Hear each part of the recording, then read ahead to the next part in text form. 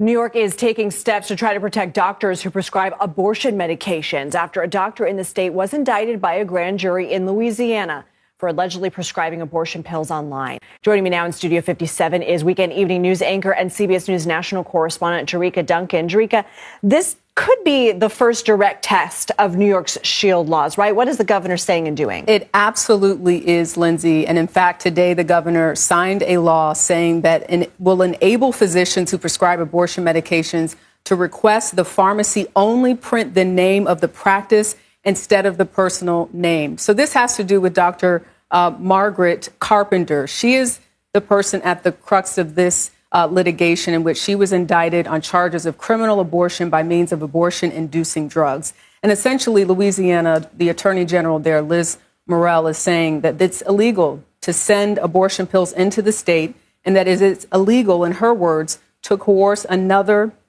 into having an abortion. So since Roe v. Wade was overturned, as you know, in 2022, Louisiana has had some of the strictest abortion laws to date. But this is a case where you have a mother that reached out to this pharmacy. The pharmacy, well, not the pharmacy, but the practice provided the drugs.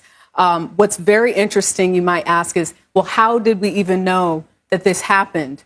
The young girl, a minor, experienced a medical emergency, had to go to the hospital. And then, of course, more information is revealed about where she got this drug and what she took to try to have this medically induced abortion. So a lot is at play here. Now you see Governor Hochul trying to better protect physicians. But even when you think of it in the context of a practice, what if you're just one person or there's two people? Right, it wouldn't be too hard to find exactly. the doctors in a practice. And when you have a state like Louisiana that's very clear about where they stand on this, this is something, when I spoke to CBS News legal analyst Ricky Kleeman, that will still have to continue to be worked out because there's so much that we just don't know because we haven't seen this before. The same doctor was charged civilly in Texas months ago, but this is the first time that we've seen a criminal case and a warrant out for her arrest. Do we know if any precedent could be set by this type of a case? What are you hearing from experts? I think that's exactly what Ricky Kleeman, like I said, was getting at in terms of testing the limits.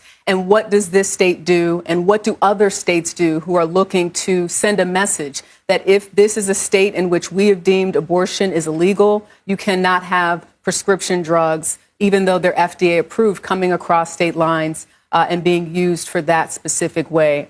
So much at play here and very, very hotly debated issue. But again, seeing the steps that the governor took today in terms of enabling physicians who prescribe those medications to leave their name off of the prescription is just one way that she is trying to protect doctors here. Even saying recently, in terms of an extradition agreement, she said she would never, ever sign that so that that doctor could be extradited to face those charges. But something else that Ricky brought up that was interesting is now you have somebody that might travel and you wonder how safe she is going to another state. She's protected here in New York, but how does that create her opportunity to move and flow if there's a warrant out for her arrest? A lot of questions here. Jericka Duncan, thank you. Absolutely. Thank you.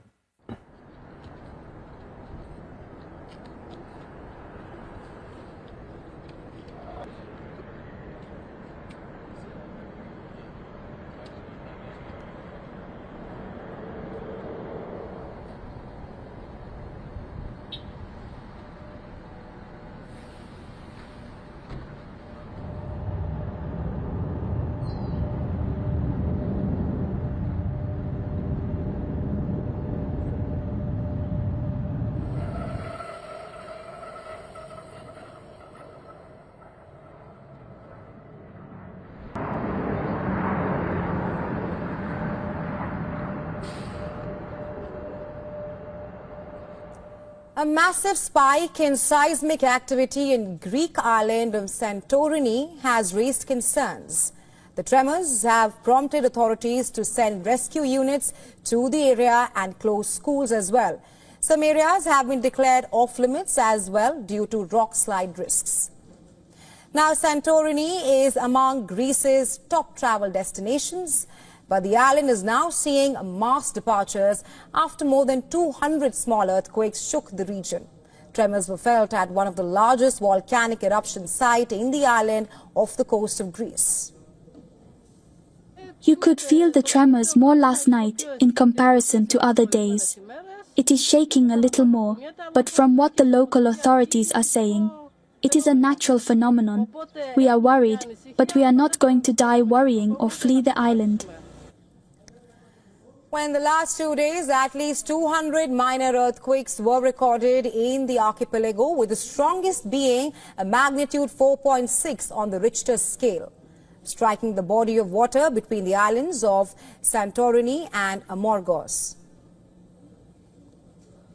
Greek officials have urged the citizens to avoid large gatherings in enclosed spaces and stay away from certain ports of the island. Meanwhile, they've also asked to empty swimming pools of their water. The same measures are also taken for the neighboring small islands like Amorgos. Greek Prime Minister Kyriakos Mitsotakis has appealed for calm after a wave of seismic tremors hit the tourist island. Manage a very intense geological phenomenon. I want to ask our islanders, first and foremost, to stay calm and to listen to the instructions of the civil protection.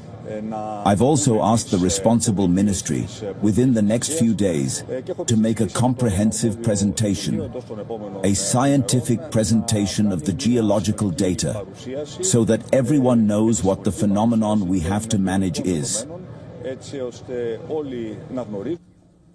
Well, according to Greek officials, the earthquakes were triggered by tectonic movements and not by any volcanic activity. However, experts have not ruled out the possibility of a stronger earthquake, as some of the islands are home to several fault lines in the Earth's crust.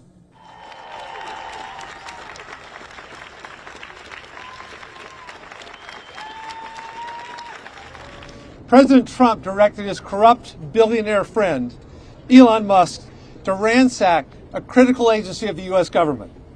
Musk and his band of unelected acolytes at DOGE have locked out USAID employees from their offices, improperly accessed highly classified information, purged the agency of its nonpartisan leadership, and thrown the agency into chaos through a concerted campaign of harassment and intimidation of its employees. This is on top of Trump's freeze of crucial foreign assistance programs. These actions severely harm our national security. They put thousands of children around the world at immediate risk of starvation, disease, and death, and sideline some of our finest civil servants who work tirelessly every day to make the world a better place. This is a case of the very worst among us attacking the very best of us. Elon Musk, you didn't create U.S. aid. The United States Congress did for the American people. And just like Elon Musk did not create U.S. aid, he doesn't have the power to destroy it. And who's going to stop him? We are. We're going to stop him. We're here today not only to fight for federal employees who dedicate themselves every day to a humanitarian task. We are here to save lives, because that is what AID does.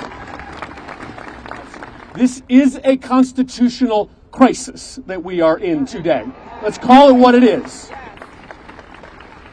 The people get to decide how we defend the United States of America. The people get to decide how their taxpayer money is spent. Elon Musk does not get to decide. Secretary of State Marco Rubio is pressing forward with his first international trip since being sworn into office. His first stop was in Panama, where he told the president there his country must reduce China's influence over the canal. The critical waterway is responsible for moving roughly 40% of the world's cargo traffic. The Trump administration says China's influence poses a threat to economic security and global trade. CBS News senior White House and political correspondent Ed O'Keefe is there. So, Ed, how is the trip going, and what are officials in Panama saying in response to his visit? Lindsay, good to be with you. This is the second full day of a essentially week-long trip across Central America and the Caribbean for Secretary Rubio, making his first overseas mission, one to the Western Hemisphere. It began Sunday here in Panama with a warning to officials here that the United States believes there's been too much increased influence of China along the Panama Canal, and if that continues, the U.S. may need to take steps subject to that treaty signed by Jimmy Carter back in the day that would in essence allow the United States to retake control. Now, shortly after his meeting with the Panamanian president, Panama's leader announced that Panama would be ending its partnership with China and its Belt and Road Initiative, a major global infrastructure project that's been used to curry favor with countries across the third world. And that was seen as an encouraging sign for the Trump administration, though the president earlier today back in Washington suggesting that he will be speaking with Panamanian leadership later this week. Since then, Rubio has gone to Costa Rica and is now in El Salvador. He's set to meet with that country's president later today. President Bukele, bit of a well-known figure across Latin America and credited by many for his get tough on crime and drug gangs approach. There's been reporting by CBS News and other outlets that we may get word of a new third country agreement between the United States and El Salvador that would have that country accept violent undocumented immigrants to be potentially imprisoned in El Salvador's notorious prisons, and then also asylum seekers would be sent to El Salvador and told to apply for asylum from that country and await any response from the United States from there. Lindsay. Ed O'Keefe, thank you. Now, Israeli Prime Minister Benjamin Netanyahu has arrived in the US. He's the first foreign leader to meet Donald Trump since he returned to the White House 2 weeks ago. First up, though, a meeting with the US Middle East envoy, Steve Witkoff, later today. The trip comes at a pivotal time for the Gaza ceasefire deal. Talks are supposed to start on moving from the initial 6-week stage to the second phase. Well, let's go to our correspondent, Joe Inwood, who's in Jerusalem for us. Joe, hello to you. First of all, talk to us about the significance of Benjamin Netanyahu being in the US. Well, he was very keen to emphasise the importance of it as he got on a flight here in Israel yesterday, saying it signified not just the close relationship between the two countries, but his personal friendship with President Donald Trump. Of course, there are talks taking place tomorrow that he's expected in the White House, and he was talking about the many subjects they're going to be discussing, most of them based around security, and he said expanding the ring of peace, as he called it, in the region through strength. So he's very keen to emphasise the closeness of their relationship and the topics they're going to be discussing. But as you were mentioning, the meeting I think people are really focused on today is the one that's taking place with Steve Witkoff. Now, he is the US Special Envoy to the Middle East, and it's expected that talks around the second phase of the Gaza ceasefire deal are going to be on the agenda. And this is really important because stage one has been holding so far, and the peace talks are supposed to start again today. And what they're going to be trying to hammer out is how they can move on from phase one, which is seeing 33 hostages released and peace for 42 days, how they can move on to stage two. Now, this is much more tricky because it would see not just the release of all the remaining living hostages, many of whom are soldiers, but also what's called a sustainable calm in the jargon. What they really mean is a permanent end to the fighting, and that's going to be a much more difficult thing to discuss. And briefly, Joe, what are you hearing about those negotiations around this tricky second phase from within the region? So the Qataris, they're the key mediators, or one of the key mediators in this, came out yesterday and said that neither side had come forward to start the negotiations yet. We have heard in the last short while from the AFP agency that Hamas have said they're ready to start negotiations again. And the Israelis, well, they're over there, and maybe for them discussing this with the Americans, it is part of hammering out the next part of this deal. OK. Joe, thank you very much. Joe Inwood. What shaped a brilliant but rebellious and challenging child to become one of the tech pioneers of our age? We're meeting Bill Gates and his sisters Christy and Libby on a visit to their childhood home in Seattle to find out. It's a very nice view. It was from here that young Bill first got access to early computers. My room is down here. Resorting to extreme measures behind his parents' backs. At night, I could sneak out, go up, use the computer, and then sneak back in without them knowing. Do you think you could still do it? Well, it's not that hard. Oh my. It's not hard at all. That's it, he's out. And he's off to find a computer. That's amazing.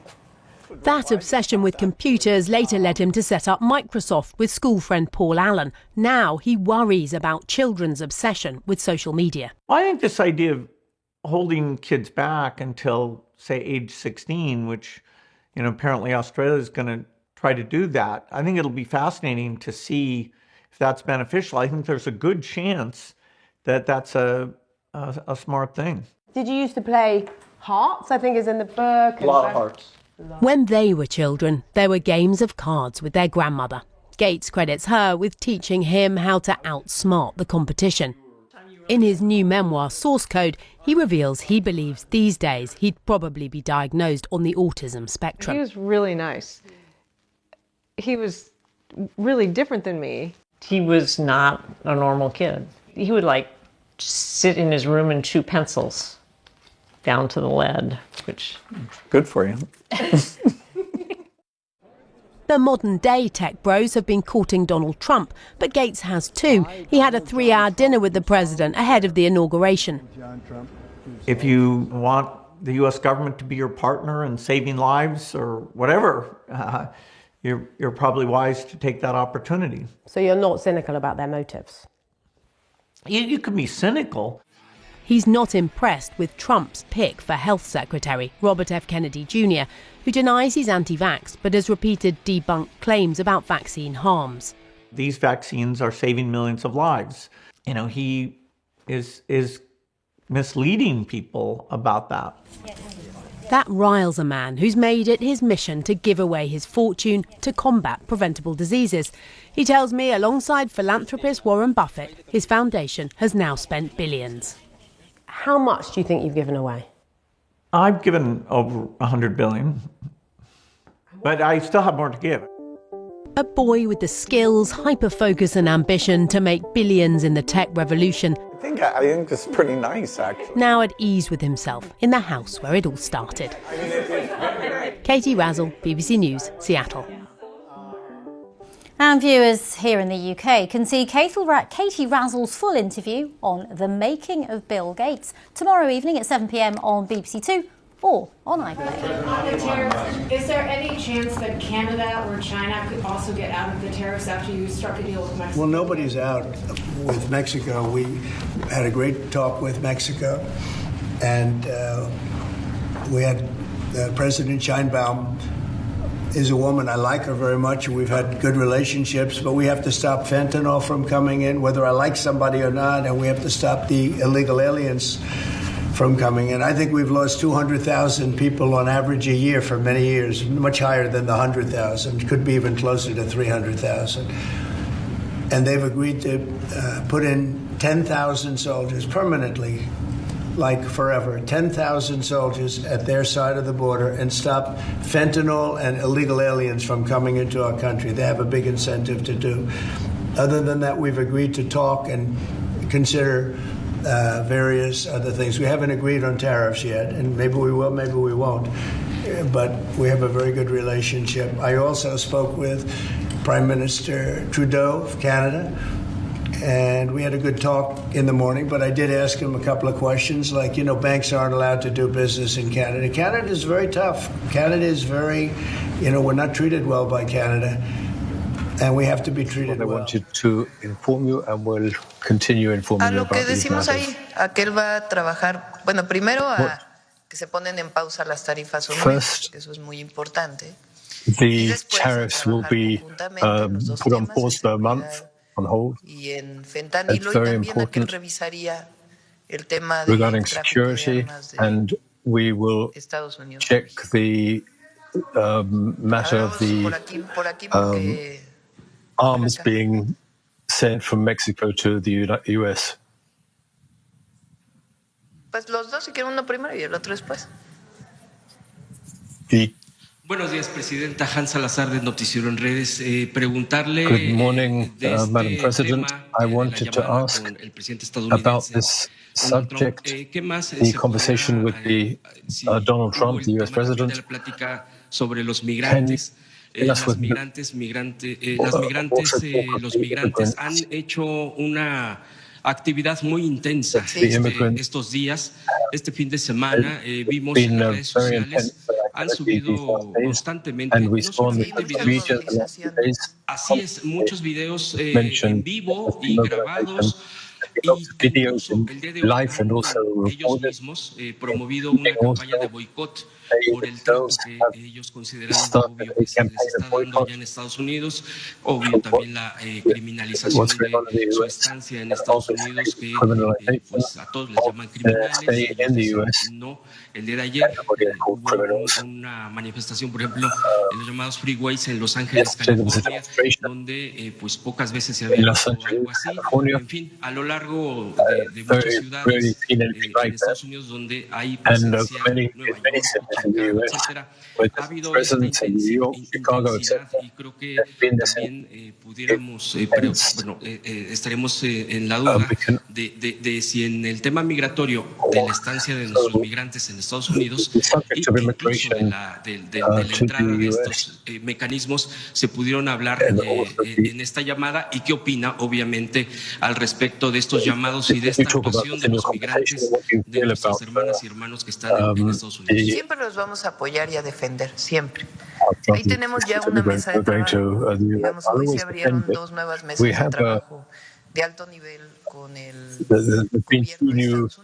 Work tables at the highest levels of government in the US. We have a table with the Secretary of State in the US, where the Chancellor and the Subsecretary have been working very thoroughly for the benefit of our Mexican brothers and sisters, and everything that has to do with immigration. And now there are 2 new work tables at a high level, one of regarding security and the other regarding commerce.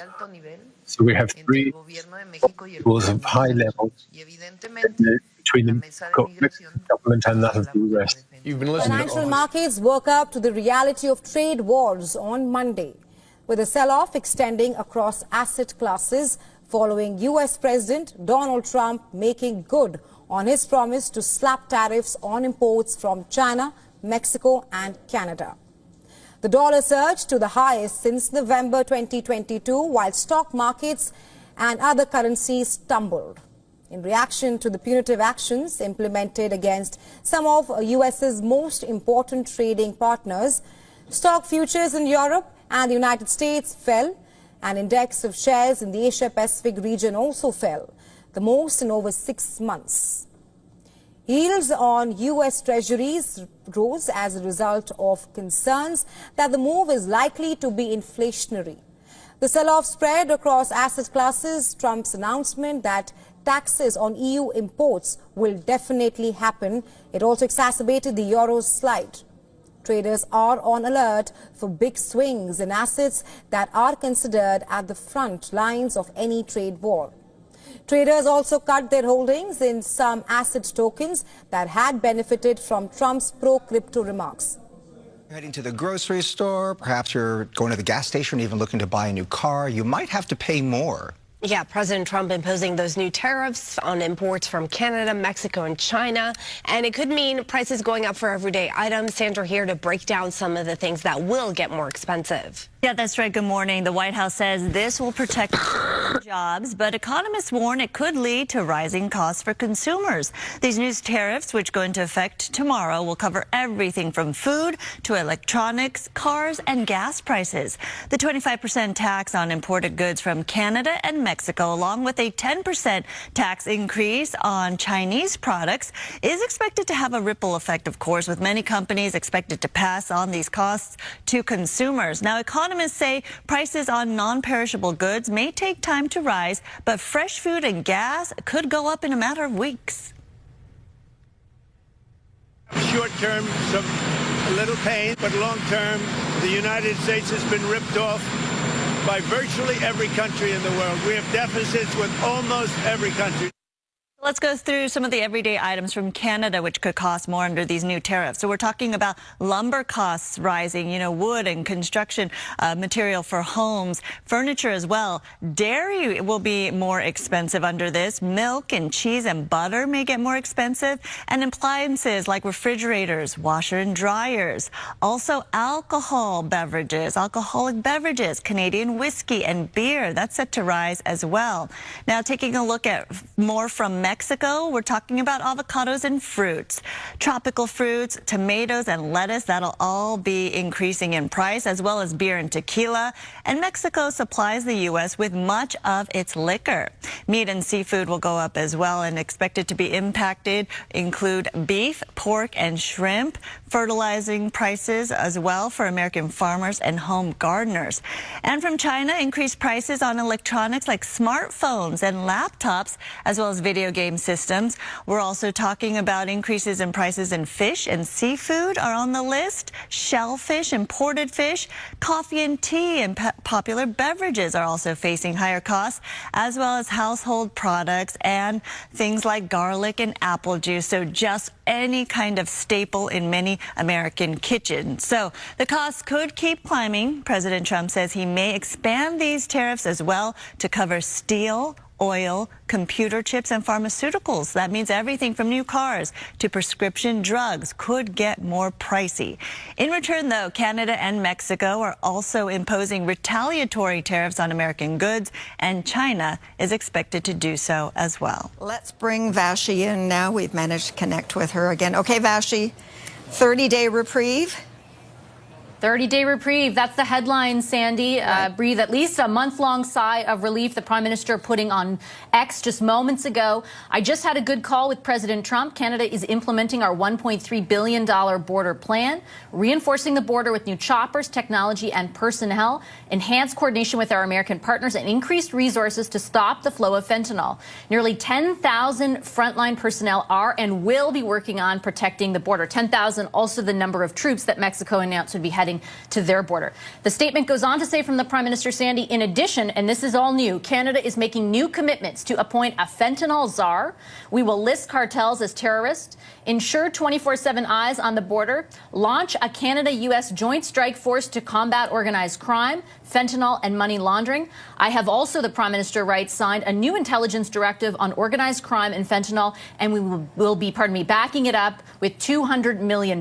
Proposed tariffs, and here is the headline, Sandy, will be paused for at least 30 days while we work together. So the crisis we thought would be taking place as of midnight tonight is averted for at least a month. Okay, and that buys us some time, but it sounds as though there's a long checklist of things to happen. Canada's already committed to border security. We've already said that we're going to be working towards making sure that fentanyl doesn't cross the border. So does it seem to you that Donald Trump was just looking for a little more from us?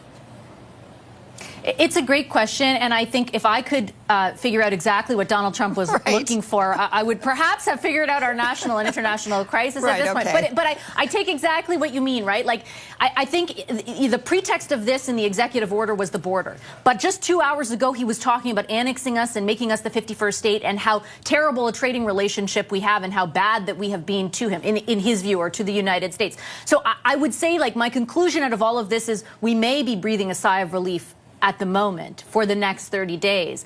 But I think that the president still sees utility, whether, the facts bear it out or not, and in most cases they do not, of tariffs, particularly in raising revenue, and as a thing, as he said, a beautiful thing. So I would be nervous to think that this is, crossing the finish line, or we will avert the application of these tariffs on a permanent basis. I think he still sees them as a useful policy tool, which means, the pressure is on, and we'll see what happens in 30 days. But 30 days is better than them coming into effect tomorrow. That's for sure. Okay, Vashi, thank you.